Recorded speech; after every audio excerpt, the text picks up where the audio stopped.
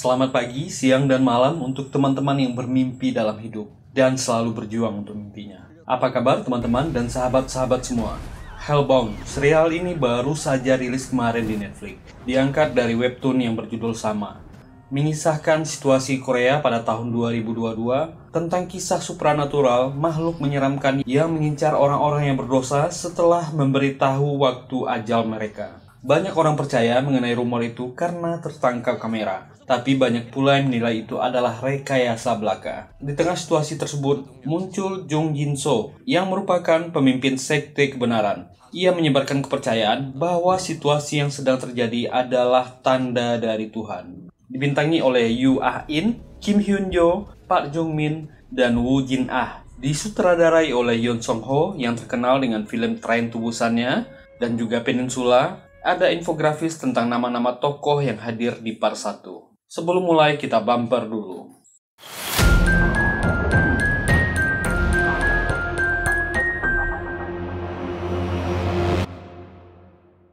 Adegan dimulai dengan kesibukan yang terjadi di sebuah kafe. Suasana ramai seperti biasa. Para anak muda ini berdiskusi tentang ajaran baru yang bernama Sekte Kebenaran yang mereka lihat di internet. Pemimpinnya bernama Jung Jin-soo. Mereka meyakini malaikat neraka yang mewakili kehendak Tuhan datang ke bumi, menghukum para pendosa yang berbuat jahat, dan cuplikan video yang mengerikan dan tidak masuk akal diputar. Para anak muda ini berdebat tentang kebenarannya. Ada beberapa yang percaya karena sudah banyak video yang beredar di YouTube, dan ada yang menyangkal, menganggap itu hanya editan. Seorang pria duduk dengan gelisah melihat jam di HP-nya. Mukanya pucat tak berdarah dan melihat sekelilingnya. Jam berhenti di angka 1:30 siang. Dia makin pucat. Bunyi dentuman di langit yang terdengar keras.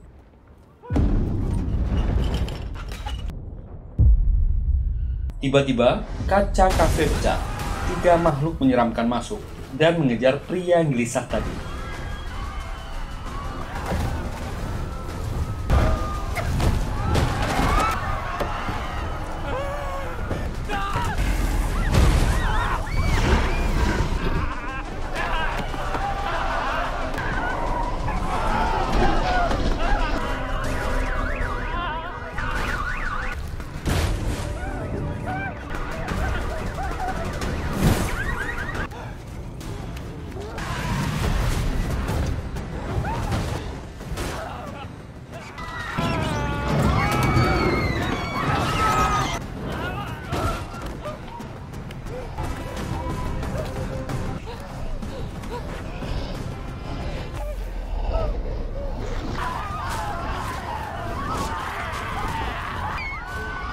Dan sebuah cahaya keluar dari para makhluk ini, membakar pria ini bahkan sampai tulangnya pun gosong. Makhluk-makhluk ini menghilang dan teleport.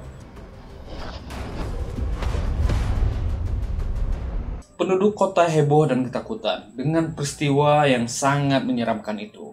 Seluruh Korea gempar. Inilah Hellbound. Polisi ini bernama Jin Kyung-hoon, seorang inspektur yang bertugas di unit kejahatan berat Seoul. Seluruh unit rapat dan membahas tentang kejadian yang menghebohkan dan membuat masyarakat takut itu. Korbannya bernama Jo Myung-hoon. Pria ini sudah cerai dengan mantan istrinya dan tinggal sendiri. Bukti video terlalu banyak karena kejadiannya di siang hari dan di tempat ramai. Kepolisian baru kali ini menghadapi kasus yang sangat aneh seperti ini. Kapten Dong marah karena semua media dan internet membicarakan kejadian ini. Dia meminta seluruh tim menyelidiki kasus ini. Kyung-hoon dan temannya Epyo diperintahkan untuk menyelidiki sekte kebenaran.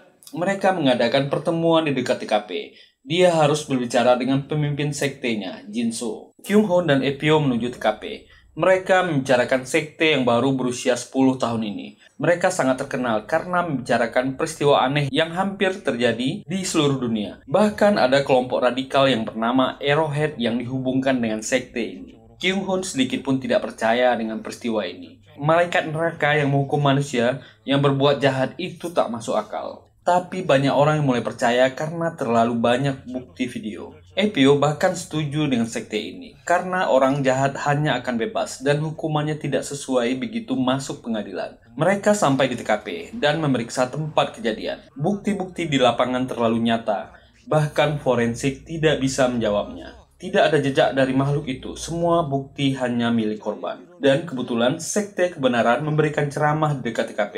Jinso, pemimpin sekte ini, mengatakan ini adalah kehendak Tuhan yang memperlihatkan hukuman atas kesombongan manusia. Manusia yang dihukum selalu kriminal berat. Dia memperlihatkan bukti video. Semua korban dari malaikat neraka dibunuh dengan cara yang sama dan rata-rata mereka adalah kriminal dengan kasus penipuan, pembunuhan, dan menyakiti manusia lain. Pemuda ini dengan lancar mengatakan tujuan sekte kebenaran agar manusia sadar Tuhan telah memberi bukti nyata apa itu neraka dan bagaimana cara menghukumnya. Mereka menemui Jinso dan menanyakan tentang pembunuhan yang terjadi siang tadi. Jinso mentertawakan polisi yang berusaha menyelidiki kehendak Tuhan. Kyung-hun sangat kaget melihat anaknya Hye-jung juga berada di sana. Dia marah karena anaknya ikut-ikutan sekte yang tidak jelas dan menyuruh anaknya pulang. Polisi ini tentu marah karena mengira sekte ini memanfaatkan anak di bawah umur. Jinso menyangkalnya. Jika ayahnya tidak mengizinkan, dia akan menyuruh Hye-jung keluar dari sektenya. Dua polisi ini menanyainya sambil berjalan. Mereka memasuki kereta cepat. Orang-orang banyak mengenali Jinso dan hormat kepadanya. Dia tahu kedua polisi ini banyak pertanyaan untuknya, dan dia akan berusaha menjelaskan. Dia dibesarkan di panti asuhan. Bahkan di usia 20 tahun dia ingin mengakhiri hidupnya.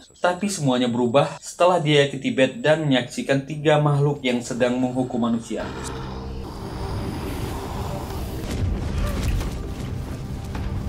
Sejak saat itu dia mencoba mencari kebenarannya dan meyakini makhluk-makhluk ini dikirim Tuhan untuk menghukum manusia. Sejak saat itulah dia membentuk sekte kebenaran, sampai akhirnya dia memiliki banyak pengikut. Kyung-hun yang masih tak percaya mentertawakan pemuda ini, bahwa dia hanya berpura-pura bijaksana, padahal cuma takut. Jinso berkata, jika peristiwa ini terjadi di depan matanya, maka dia akan mengerti. Keadilan tidak dapat ditegakkan dengan hukum manusia. Jinso meminta izin karena dia masih punya acara lain. Kyung-hun pulang ke rumahnya dan mengecek anaknya. Hye-jung mengatakan ayahnya tak perlu khawatir, dia hanya tertarik dengan ceramah sekte kebenaran. Dia tidak terlalu fanatik. Detektif ini punya masa lalu yang memilukan. Istrinya dibunuh oleh pembunuh berantai. Dia pulang ke rumah dalam keadaan hancur dan berusaha dihalangi rekan-rekannya.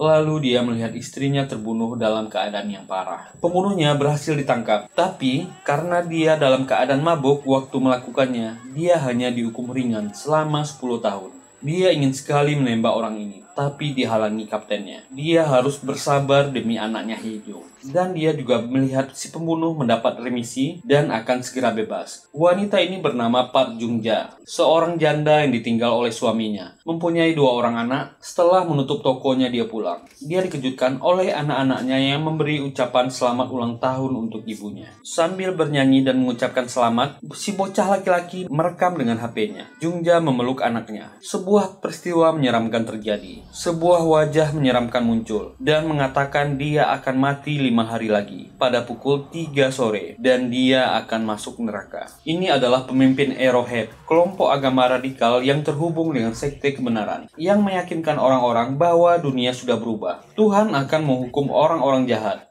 Jo Myung-hun, korban pertama di Korea, harus membuka apa dosanya. Kenapa orang ini dihukum? Bahkan, seorang penulis bernama Gwang Jin dan pengamat mengatakan di televisi bahwa sekte kebenaran adalah omong kosong. Hasilnya, para pengikut Arrowhead menculik Gwang Jin dan memukulinya, lalu memaksa mengaku dia bersalah dan bertobat. Orang ini dipukuli. Kelompok Arrowhead mengincar orang-orang yang tidak percaya dengan mereka, lalu mengakui dosanya kepada Tuhan. Akibat siaran langsung Arrowhead di kepolisian, para reporter mengejar mereka untuk mengetahui catatan kriminal Jo Myung-hun. Bahkan telepon tak berhenti-henti masuk menanyakan apa dosa orang ini. Gwang Jin datang ke kantor polisi dengan pengacaranya, Min Hye-jin. Pengacara wanita ini termasuk orang yang paling keras menentang sekte kebenaran. Dia bahkan membuat petisi dan mendesak polisi menangkap pemimpin sektenya. Ini adalah kejahatan serius. Paham-paham sesatnya seharusnya tak ada di masyarakat. Wanita ini sedikit pun tak percaya konspirasi yang diedarkan oleh sekte kebenaran. Anak-anak yang memukuli novelis Gwang Jin ditangkap. 2 polisi yang masuk ke ruangan itu sedikit pun tidak dihormati oleh anak-anak remaja ini. Mereka yakin tatanan dunia baru akan berubah. Bahkan mereka tak peduli walau akan dikirim ke penjara remaja. Hye-jin berjalan menaiki tangga menuju kantornya. Seluruh dinding penuh coretan yang menghujat Hye-jin karena dia membuat petisi ke pemerintah agar membubarkan sekte kebenaran. Dia memerintahkan karyawannya menghapus dan mencat kembali coretan di dinding. Ternyata Jung-ja datang ke kantor firmanya untuk meminta tolong. Dia memperlihatkan bukti video yang direkam anaknya tentang berita kematiannya. Sebelum ini dia menemui pemimpin sekte kebenaran. Dia diberitahu telah menerima titah Tuhan. Mereka akan menyiapkan kematiannya secara langsung 5 hari lagi untuk demonstrasi. Dia akan dibayar 3 miliar jika bersedia. Hye-jin tentu saja kaget dan marah. Dia tak percaya peristiwa ini. Jung-ja hanya ingin firma Hye-jin mengatur bagaimana anak-anaknya menerima uang itu setelah kematiannya. Jika dia tak bersedia, dia bisa mencari firma lain. Hye-jin mengajak pengacara koleganya berdiskusi. Dia yakin monster itu tidak akan muncul. Ini adalah kesempatan mereka mempermalukan sekte kebenaran di depan umum. Mereka harus mengambil tawaran ini. Mereka akan membuat laporan ke polisi dan membuat rencana untuk melindungi anak-anak Jung-ja. Hye-jin adalah anak yang merawat ibu tuanya yang terkena kanker. Dia menceritakan kejadian aneh yang terjadi di dunia kepada ibunya. Ibunya menasihati agar jangan takut, semua orang juga akan meninggal karena tak ada manusia yang melawan umurnya. Jung-ja menangis menemani anak-anaknya yang tidur. Hasil autopsi korban pertama muncul. Bahkan para polisi kebingungan. Jasad yang terbakar bercampur dengan zat yang tidak diketahui. Forensik mengatakan zat itu tidak pernah ada di bumi. Kapten Dong makin marah-marah mendengar laporan ini. Polisi dalam posisi yang dilema dan terbelah karena sebagian dari mereka mulai percaya ini adalah hukuman dari Tuhan untuk menghukum manusia. Kyun-hun datang menemui Jin-so, ketua sekte. Dia meminta pengacara Hye-jin juga ikut hadir dan menyiapkan polisi yang berjaga pada saat acara siaran langsung penjemputan Jung-ja. Dan Hye-jin juga berada di sana. Di depan rumah Jung-ja, dia mengejek Jin-so hanya orang sesat yang menganiaya orang tak bersalah dengan dalih titah Tuhan. Jin-so tersenyum dan tidak menanggapinya. Semua dokumen disiapkan di pertemuan itu. Jin-so mengatakan kepada Hye-jin dia tak usah heran. Banyak anggota sekte kebenaran yang sangat kaya, jadi uang itu akan dibayarkan kepada Jung-ja. Dia juga tak akan mengungkapkan identitas Jung-ja di siaran langsung, jadi orang-orang tidak akan tahu siapa anak-anaknya. Jin-so penasaran, kemana suami Jung-ja? Jung-ja tak mau menjawabnya. Jin-so penasaran dosa apa yang dilakukan Jung-ja, sehingga dia masuk neraka. Hye-jin menghentikan Jung-ja, dia tak perlu menjawabnya. Jung-ja menangis, pemimpin Jin-so bisa menghinanya, dan mungkin dia adalah orang yang berdosa. Dia hanya ingin setelah kematiannya, anak-anaknya bisa hidup aman dan tersembunyi. Dia meminta tolong kepada Hye-jin agar mengurusnya dengan baik. Sebelum pergi, Jin-so berkata kepada Hye-jin, dunia baru akan segera datang. Kita akan berjumpa lagi di sana. Anak-anak akan dikirim ke Kanada 2 hari lagi, ujar Hye-jin kepada polisi. Dia akan aman di sana, bersama sepupunya. Jika kematian Jung-ja tak terjadi, dia bisa menyusulnya ke sana. Pemimpin Arrowhead melakukan streaming video bahwa akan ada seseorang di Korea yang menerima titah akan masuk ke neraka, dan sekte kebenaran akan menyiarkan demonstrasinya secara langsung. Orang ini kegirangan. Akibatnya banyak netizen yang menyaksikan siaran juga tak sabar untuk menyaksikan demonstrasi siaran langsung orang pergi ke neraka. Dan Epyo, rekan Kyung-hun, membocorkan identitas Park Jung-ja ke live streaming pemimpin Arrowhead. Dia juga simpatisan.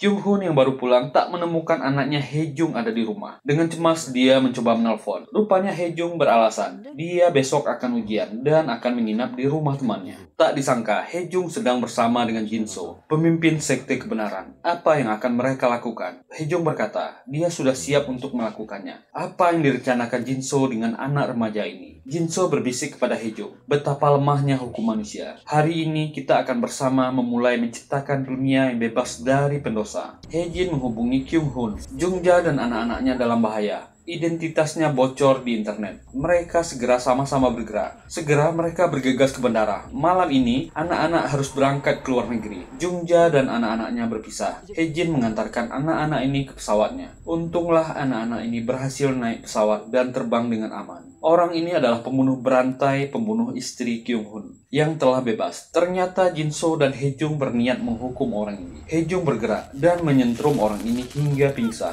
Pria ini dibawa ke sebuah gudang tempat tempat pembakaran mayat dan dibakar hidup-hidup.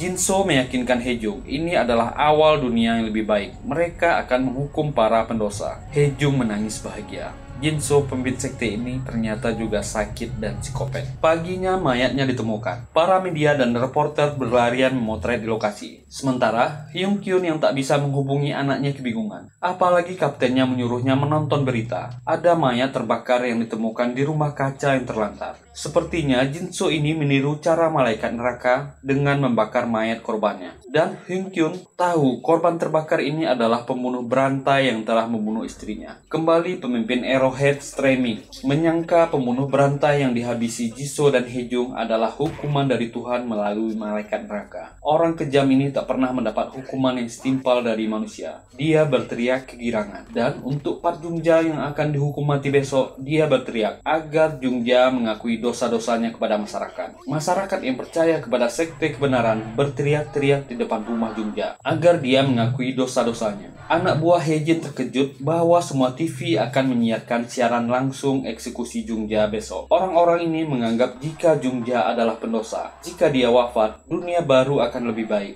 Propaganda ketakutan memang ampuh menciptakan tatanan dunia baru. Sepertinya ini sama yang terjadi di planet Namek, tempat tinggal saya. Bahkan polisi sulit menyelidiki kasus pembunuhan yang sedang terjadi karena masyarakat mengikuti mereka kemana-mana. Hyung Kyun sampai saat ini tak bisa menelpon putrinya. Teleponnya tidak pernah aktif. Tiba-tiba kaca pecah. Sekelompok pemuda menyerang ke kantor polisi. Mereka berteriak-teriak berani-beraninya polisi menyelidiki kehendak Tuhan. Dan mereka ingin anggota Arrowhead yang ditangkap dibebaskan.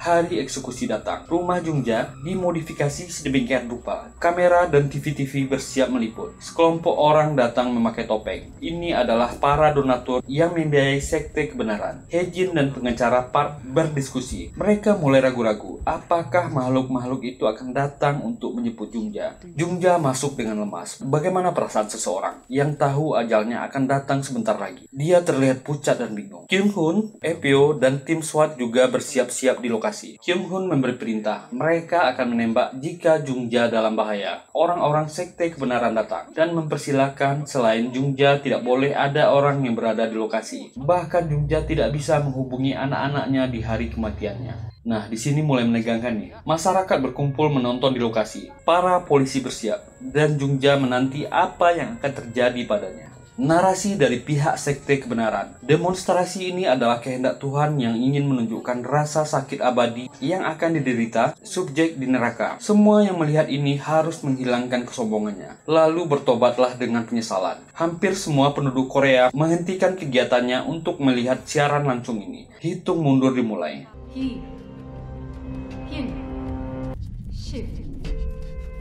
Tidak terjadi apa-apa, dan tiba-tiba suara dentuman keras terdengar dari langit.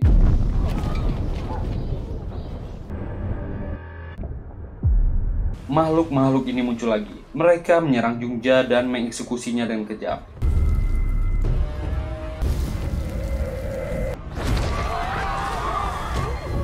Masyarakat berteriak ketakutan. Kapten polisi memerintahkan menembak. Semua terdiam. Bahkan tim SWAT pun tak ada berani mengambil tindakan. Hanya Kyung-hun yang berani masuk dan menembak. Jung-ja dihabisi. Yang gak kuat silahkan tutup mata.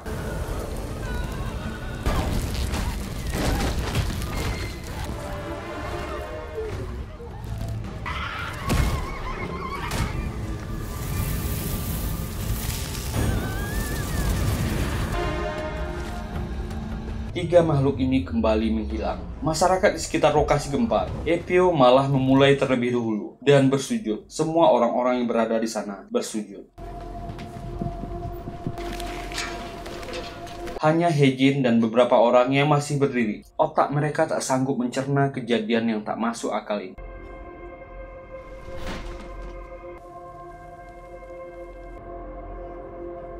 Kyung Hoon bangun dari pingsannya di kantor polisi. Tak seorang pun ada di sana. Kemana semua orang? Untung mobilnya ada di sana. Kyung Hoon kembali ke rumah, masih mencoba menghubungi anaknya, tapi nomornya tidak aktif. Kota sepi, orang-orang tak berani keluar. Sepertinya tak ada kehidupan di kota itu. Bahkan Kyung Hoon tak menemukan rekan-rekannya di kantor. Televisi menyiarkan, gara-gara peristiwa semalam, pemimpin sekte kebenaran menjadi orang yang paling penting di Korea. Ketenaran sekte ini tak bisa dibendung. Banyak orang yang menyesal dan ketakutan karena Jinso, sang pemimpin sekte, sudah menyiarkan tentang ini dari 10 tahun yang lalu. Tapi masyarakat banyak yang mengabaikannya. Wawancara eksklusif dengan Jinso dilakukan. Jinso mengatakan, dia paham kenapa orang-orang tiba-tiba menghentikan rutinitasnya. Namun dia menghimbau semua orang kembali ke rutinitasnya dan berusaha hidup dengan kebijaksanaan baru. Sementara Kyung Hoon melihat bukti rekaman CCTV, melihat anaknya Hye Jung menyeret pembunuh itu, dia terkejut. Jinso kembali mengatakan, yang perlu dilakukan pemerintah ialah untuk mengutamakan keadaan saat ini dan segera mengambil tindakan untuk menghukum orang-orang yang tidak setuju dengan gerakan sekte kebenaran. Dia kembali mengatakan, manusia bisa membedakan mana yang benar dan salah. Sekarang, di dunia baru, kehidupan akan berbeda. Kyung Hoon tak sengaja melihat jaket anaknya tergantung di lemari Jinso. Dia berteriak dan marah. Ternyata anaknya sudah dimanfaatkan oleh Jinso. Dia segera bergerak. Jinso mengatakan, manusia sekarang bisa memiliki kehidupan baru dan tak akan mengabaikan kejahatan di sekitarnya. Sebagai penutup, dia ingin menyambut semuanya di dunia baru. Sementara, pemimpin Arrowhead di streamingnya membongkar rekaman yang terjadi saat eksekusi Jungja. Saat semua orang bersujud, jelas terlihat Hye Jin, pengacara Park, dan beberapa orang lainnya tidak bersujud. Dan adegan Kyung Hoon menembak juga ditayangkan. Semua profil orang-orang ini ditayangkan. Dia berteriak, orang-orang ini tak bertobat dan akan mengganggu mereka selamanya. Dia ingin para pengikut Arrowhead segera bertindak dan menghukum orang-orang ini. Hye Jin panik melihat itu. Dia segera memesan tiket untuk terbang ke luar negeri. Dia dan ibunya yang sedang sakit segera bersiap. Mereka harus meninggalkan negara ini.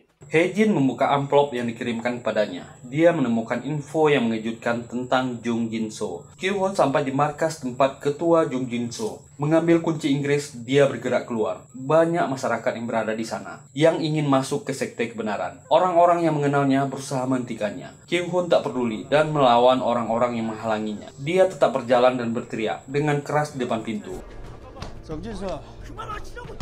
Hye Jin yang dalam perjalanan mencoba menelpon pengacara Park, tapi tidak diangkat. Dia terkejut melihat kantornya yang hancur berantakan. Akhirnya telepon masuk. Pengacara Park ternyata telah dihajar dan dipukuli pengikut Arrowhead. Dia mengatakan Hye Jin harus berhenti. Kita tak bisa melawan mereka. Dia harus segera melarikan diri. Ibunya yang berada di parkiran melihat kelompok Arrowhead datang. Mereka menyerang nenek tua ini. Hye Jin datang dan mencoba mencegah, tapi dia juga diserang habis-habisan.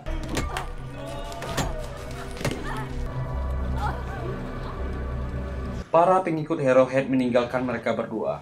Hye Jin menangis memanggil ibunya. Dia menelpon ambulan dan meminta bantuan. Bantuan datang dan ibunya segera dilarikan ke rumah sakit. Sementara Kyung Hoon menerobos ke dalam kamar. Tak ada Jinso di sana. Dia mengambil jaket anaknya dan pergi. Hye Jin dilihat dan dibicarakan orang-orang sekelilingnya. Dan video dia diserang viral di internet. Dia masuk ke dalam ruang IGD. Ibunya sama sekali tak dirawat dan diambil tindakan. Orang-orang di rumah sakit mengabaikannya. Beliau telah wafat.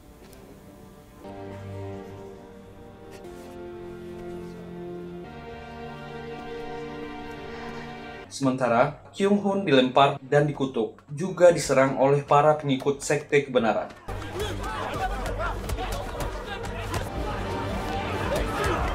Video call masuk dari Jo Jinso. Ini segera menghentikan orang-orang ini mengeroyok Kyung Hoon. Dia menyuruh Kyung Hoon memperlihatkan HP-nya ke orang-orang. Jinso memohon kepada pengikutnya untuk membiarkan detektif ini pergi, karena dia ingin bicara dengannya. Orang-orang ini langsung patuh. Kyung Hoon masuk ke dalam mobilnya dan berteriak di mana Jinso menyembunyikan putrinya. Jinso memohon maaf membuat Kyung Hoon khawatir. Dia memberikan sebuah alamat. Dia bisa menemuinya dan putrinya di sana. Kyung Hoon memacu mobilnya. Hye Jin juga menuju suatu tempat. Apa isi dokumen ini?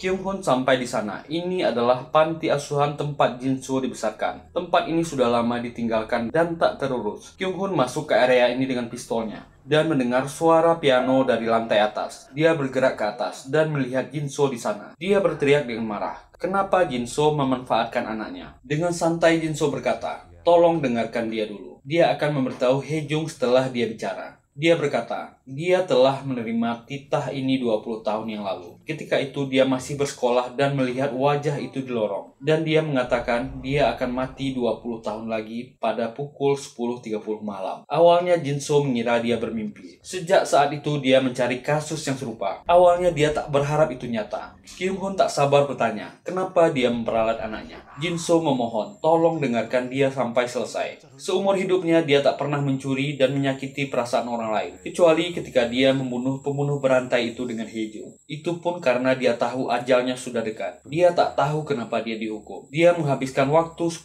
tahun untuk mencari jawabannya. Dia tak menemukan apa-apa. Dia tak tahu titah itu datang dari Tuhan atau iblis. Dan makhluk apakah itu? Apakah benar-benar malaikat atau cuma makhluk kegelapan? Sebenarnya dia tak menemukan jawabannya. Dia hidup dalam ketakutan setiap hari selama 20 tahun. Akhirnya dia membuat sekte kebenaran 10 tahun yang lalu agar orang-orang merasakan ketakutan yang dirasakannya setiap hari. Agar orang-orang bisa bertindak bijaksana dalam hidupnya. Karena ketakutan bisa membuat manusia patuh. Walau dia meninggal dan menghilang, seluruh dunia harus mengalami apa yang dia rasakan. Dunia baru akan patuh karena ketakutan. Hejin menemui pastor yang mengirim dokumen kepadanya. Ternyata itu tentang wawancara Jinso 20 tahun yang lalu. Pastor ini bernama Jongchil. Dia menyuruh Hejin untuk masuk. Hejin menanyakan tentang wawancara 20 tahun yang lalu. Jongchil merasa masih punya rekamannya dan membuka komputer.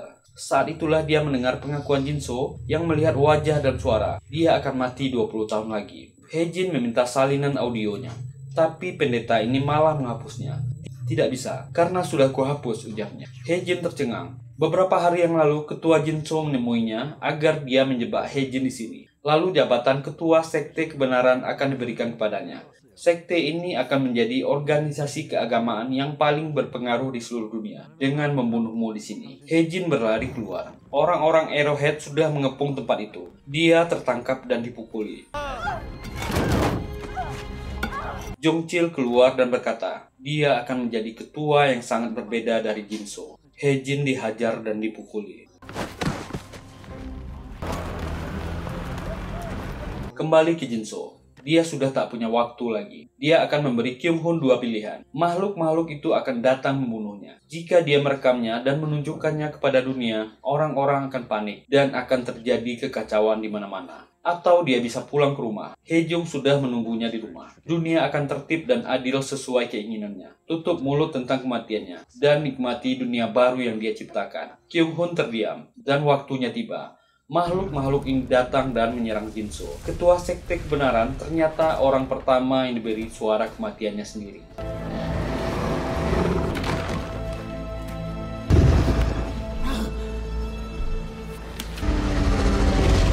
Dia meninggal dalam ketakutan dan memohon ampun.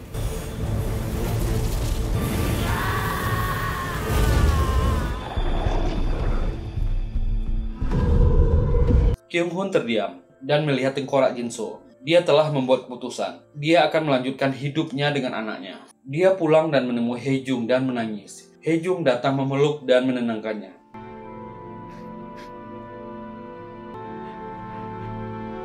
Dan kita melihat tubuh Hejin yang terluka bersimbah darah. Tidak tahu dia telah meninggal atau masih hidup. Dan part 1 berakhir.